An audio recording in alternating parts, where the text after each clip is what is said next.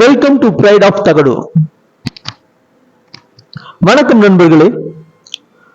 இப்ப நான் இருக்கிற இடம் ஒரு அழகிய ஹில் ஸ்டேஷன் போல தெரியும், அல்லது ஒரு வியூ பாயிண்ட்ல இருந்து ஏதோ ஒரு ஊரை பார்த்துட்டு இருக்கிற மாதிரி தெரியும். ஆனால் நான் வந்து உள்ள இடம் ஒரு ஹில் ஸ்டேஷனும் ஒரு வியூ பாயிண்டும் கிடையாது. இந்த இடம் ஒரு சிவாலயம். சிவாலயம்னா சாதாரண சிவாலயம் கிடையாதுங்க. 1000 வருடத்திற்கு முற்பட்ட 2 கற்றளிகளால் ஆகிய 2 சிவாலயத்தை இந்த வீடியோல பார்க்க போறோம்.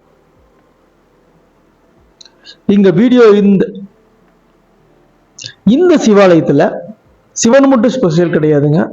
பாறை சரிவுல அழகிய கல்வெட்டுகளும் இருக்கு. இந்த கல்வெட்டுகள் படியெடுக்கப்பட்டதா இல்லையா அப்படின்ற விஷயம் தெரியல. வாங்க இந்த சிவாலயத்துக்கு போவோம்.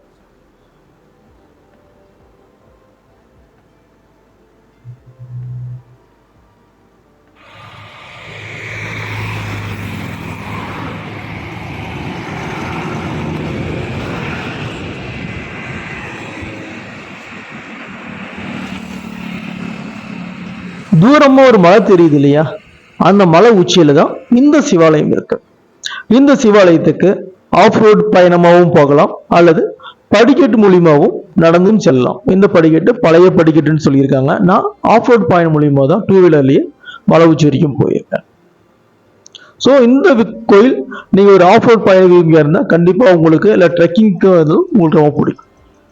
இப்போ இந்த சிவாலயம் அழகா பார்த்தீங்கன்னா பெருமாள் கோயில்கள் தான் இந்த ஆஞ்சநேயர் புடைப்பு சிற்பத்தை பார்க்க முடியும். இந்த மலையோட அடிவாரத்துல வலதுபுறத்துல இந்த மிகப்பெரிய பிரம்மாண்டமான ஆஞ்சநேயர் புடைப்பு சிற்பத்தை பார்க்க முடியும். ஒரு சிவாலயத்துல ஆஞ்சநேயர் சிற்பம் இருக்கிறது இங்கதான். நான் கேள்விப்பட்டவரை, நான் பார்த்தவரை இங்கதான் முதல் முறை. பாருங்க, அந்த புடைப்பு சிற்பம் எவ்வளவு தத்துருவமோ செதுக்கி இருக்காங்க பாருங்க. ஆஞ்சநேயரோட இடுப்பு ஆடைகள் எல்லாமே அழகா தத்துருவமா வடிவமைச்சிருக்காங்க.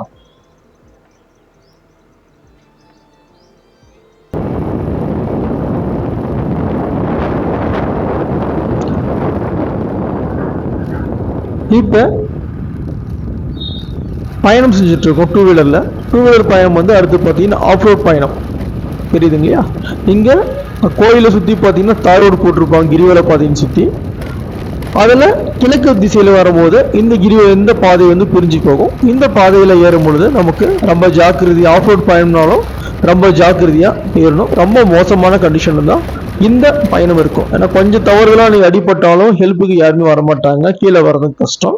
அந்த மாதிரி இடம் தான். இப்போ ஆஃப் ரோட் பயணம் முடிச்சு நேராக கோயிலுக்கு வந்துட்டோம். மலை மேல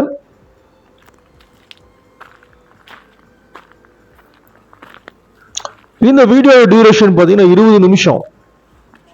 ஆனால் அதில் நிறைய விஷயம் இருக்கு, மிஸ் பண்ணாம பாருங்க. இப்போ இந்த படிக்கட்டில் ஏறும்போது இந்த லெஃப்ட் சைடில் இந்த பாறை சரிவுல நடக்கும் பொழுது பார்க்க தெரியும் உங்களுக்கு எந்த அளவுக்கு பாறை சரிவு இருக்கு, கீழே விழுந்து என்ன ஆகும் அப்படின்றது தெரியும். இந்த பாறை சரிவுல நான் தேடி வந்த கல்வெட்டுகள் இருக்கு.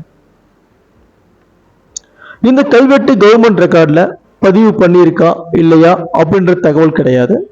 ஆனா 6 வரி கல்வெட்டு. ஆனா இந்த கல்வெட்டுகளை படி எடுக்கிறதுக்கான வாய்ப்புகள் இல்லை. நான் தனியா தான் போயிருந்தேன். வேற உதவி இருந்தால் மட்டுமே இங்க கல்வெட்டுகளை படியெடுக்க முடியும். ஏன்னா அது முழுக்க பாறை சரிவு, சரணம் தப்பினால் மரணம் சொல்லலாம். அந்த மாதிரி ஒரு சரிவுல தான் இது இருக்கு. அதனால வீடியோ மட்டும் தான் எடுக்க முடியுது, படி எடுக்க முடியல.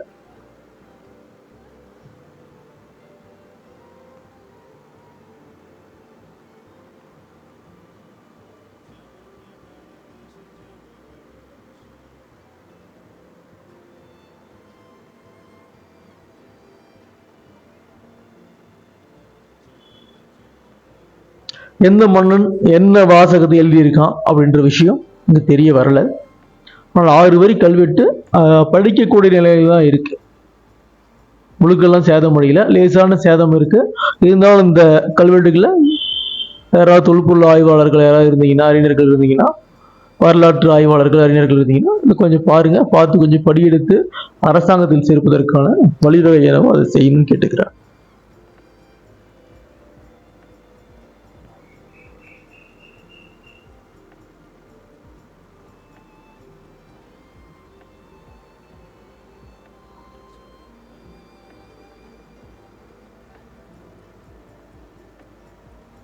இப்ப கல்வெட்டுகளை பார்த்துட்டு அப்படியே வந்து கோயிலை நோக்கி படியேறி மேல போறோம். பாருங்க, 2 கற்றளிகள் இருக்கு. இப்போது நிலைமையில கோயில் வந்து இத்தனை நாள் கோயில் கண்டுக்காம இருந்தாங்க. இப்ப வந்து கோயிலுக்கு வந்து கும்பாபிஷேகம் செய்யறோம் அப்படின்னு சொல்லிட்டு ஸ்டெப் எடுத்துட்டு இருக்காங்க.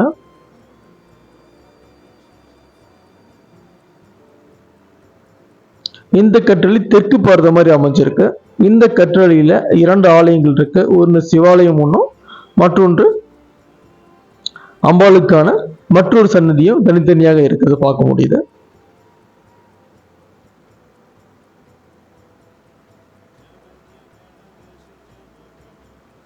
இந்த மாட்கள் சேரியாரோ தாராள பாருங்க, வழக்கம் போல அவங்களுடைய கைவண்ணத்தை காமிச்சிருக்காங்க.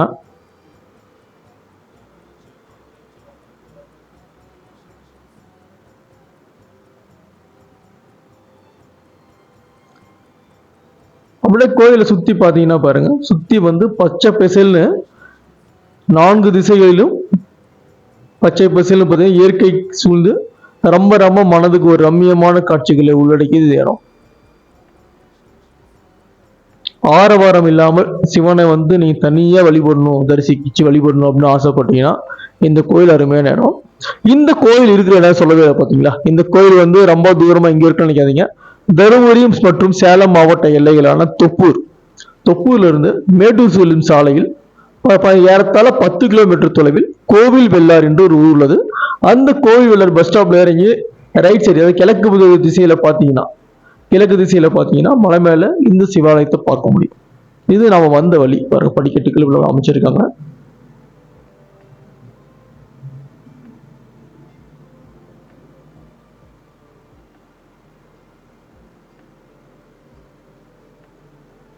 சுத்தி பார்க்க பச்சை பசேல்னு பசுமையான காட்சிகள் நிறைஞ்சிருக்கும்.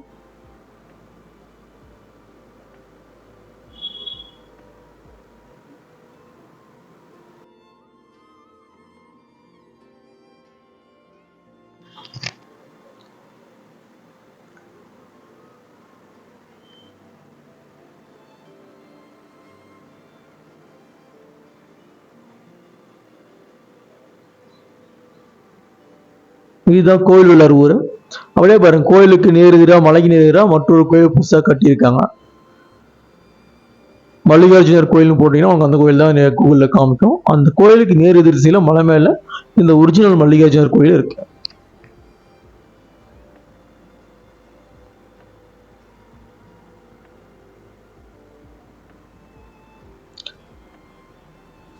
இப்ப மேற்கு திசையில் உள்ள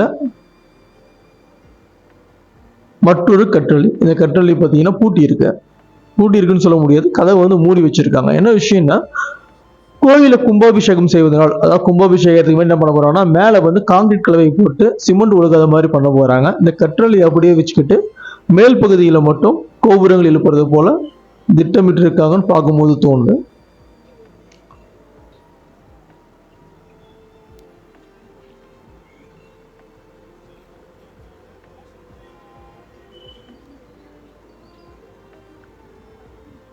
சுத்தி பாருங்க, பச்சை பசேல்னு தான் இருக்கு.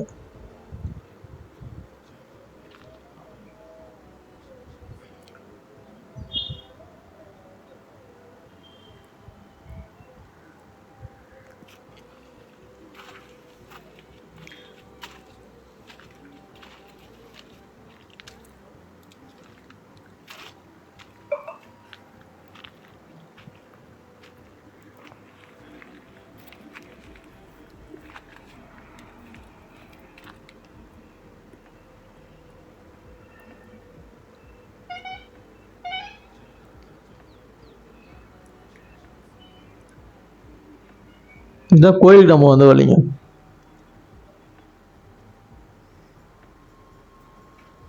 இப்போ அந்த மேற்கு பார்த்த மாதிரி இருந்தால் மற்றொரு கற்றோலிக்குள்ள வந்திருக்கோம். இப்போ என்னன்னா, அந்த கும்பாபிஷேகம் நடப்பதனால வந்து இப்போ மரப்பெட்டிக்குள்ள வந்து இறைவனை வச்சு வழிபட்டு இருக்காங்க. அதனால வந்து இறைவனை வந்து இந்த வீடியோவில் நம்ம தரிசிக்க முடியல. ஆனால் ஏற்கனவே அந்த கோயிலுக்கு நான் போயிருக்குங்க. நல்ல பெரிய லிங்கமே இருக்கும். பார்க்க இந்த மேல் விதானங்கள்ல எவ்வளவு சிற்பங்கள் இருக்குன்னு பாருங்க.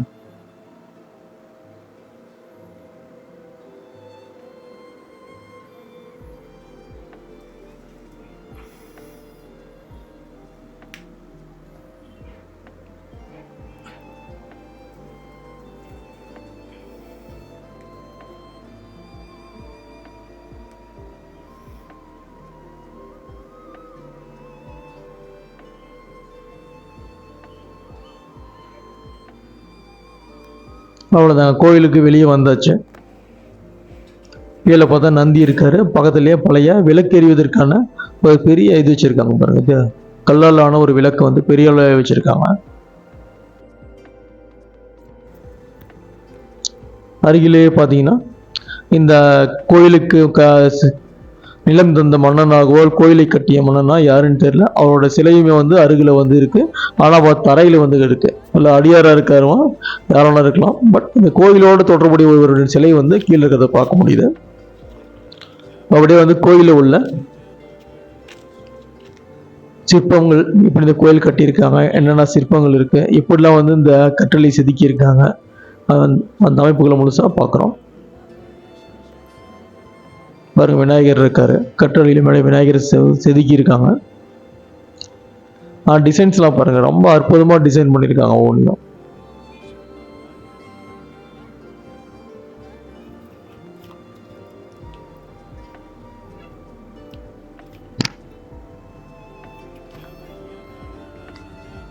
இது கண்டிப்பாக ஒரு லாங் வீடியோ தான். ஆனால் இந்த வீடியோவை பார்க்கறதுனால கண்டிப்பாக உங்கள் டைம் வேஸ்ட் ஆகாது. நீங்கள் சிற்பக்கலைகளை அல்ல சிவாலயங்கள் விரும்புவர்களாக இருந்தால் கண்டிப்பாக உங்களோட டைம் வந்து இந்த வீடியோவால் வேஸ்ட் ஆகாது.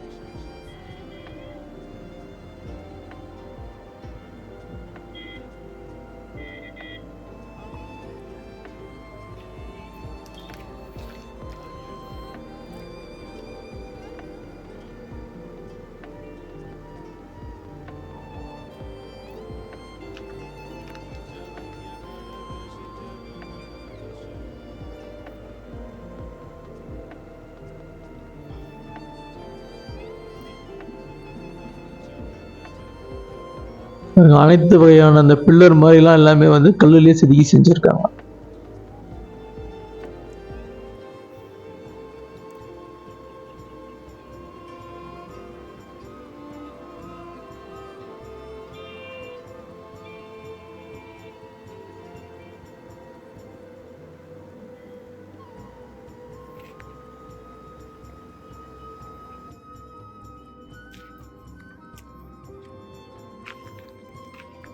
பாருங்க, ஸ்கேல் வச்சு அளந்த மாதிரி எவ்வளோ நீட்டாக டிஜிட்டல் டெக்னாலஜி யூஸ் பண்ண மாதிரி அவ்வளோ அற்புதமாக செதுக்கியிருக்காங்க. இப்படிதான் இந்த காலத்தில் கோயில்களை கட்ட முடியுமா அப்படின்றதுனா கண்டிப்பாக வாய்ப்பே கிடையாதுங்க.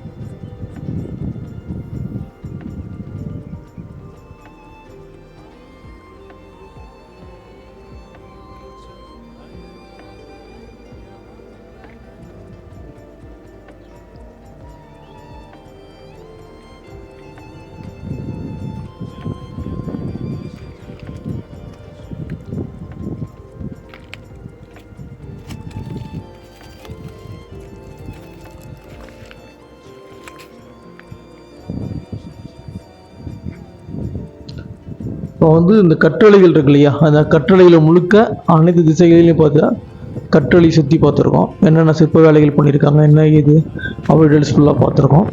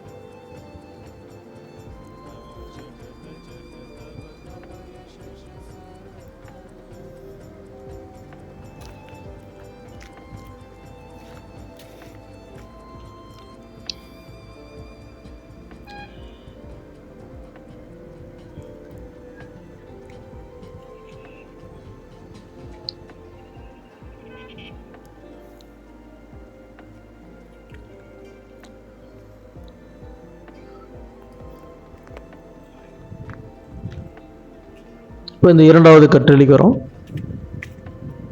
அந்த இரண்டாவது கற்றளியில் பார்க்கும்போது சிவபெருமான் காட்சி தர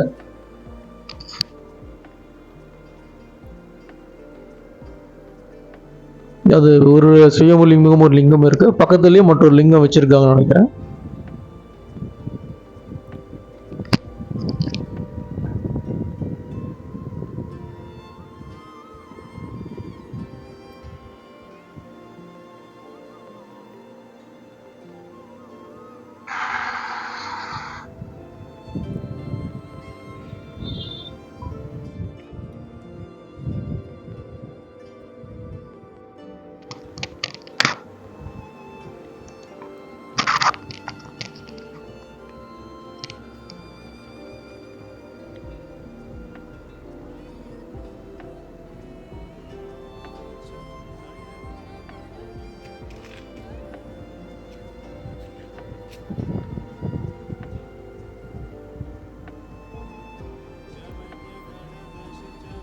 எவ்வளோ சிற்ப வேலைப்பாடுகள் இருக்கு, நுணுக்கமான சிற்ப வேலைப்பாடுகள் நிறைய இருக்கு. யானை தெரியுது, மேலே யாழி இருக்கு.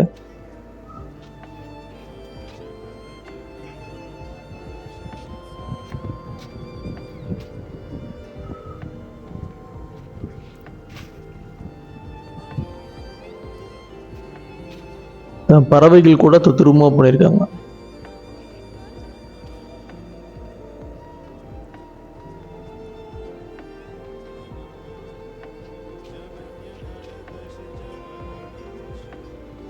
இந்த சிற்பம் வந்து பார்த்தீங்கன்னா பெரும்பாலான கோயில்களில் வந்து விலங்குகள் வந்து இறைவனை வழிபடுற மாதிரி இந்த சிற்ப காட்சி பெரும்பாலான கோயில்களை பார்க்க முடியும்.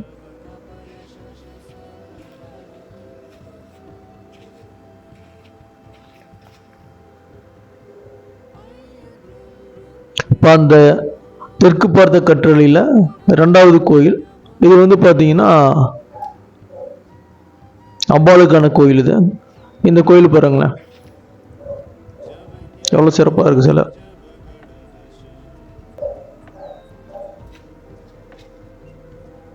மேல் விதானத்துலையும் பார்த்தீங்கன்னா மகாலட்சுமி போல ஒரு உருவத்தை வந்து செதுக்கியிருக்காங்க. அது கிளியராக தெரியல.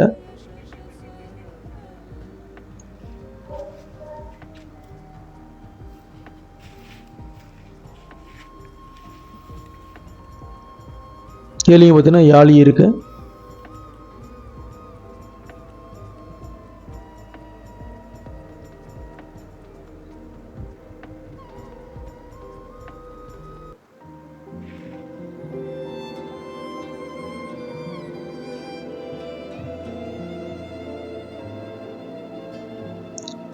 அவ்வளோதாங்க. இந்த கோவில் விழாவில் உள்ள மல்லிகார்ஜுனர் எனப்படும் மலைமேல் உள்ள சிவாலய கற்றளியை இந்த காணொலியில் சந்தித்தோம். மற்றொரு காணொலியில் இதுபோல வரலாற்று சிறப்புமிக்க இடங்களில் சந்திப்போம். நன்றி, வணக்கம்.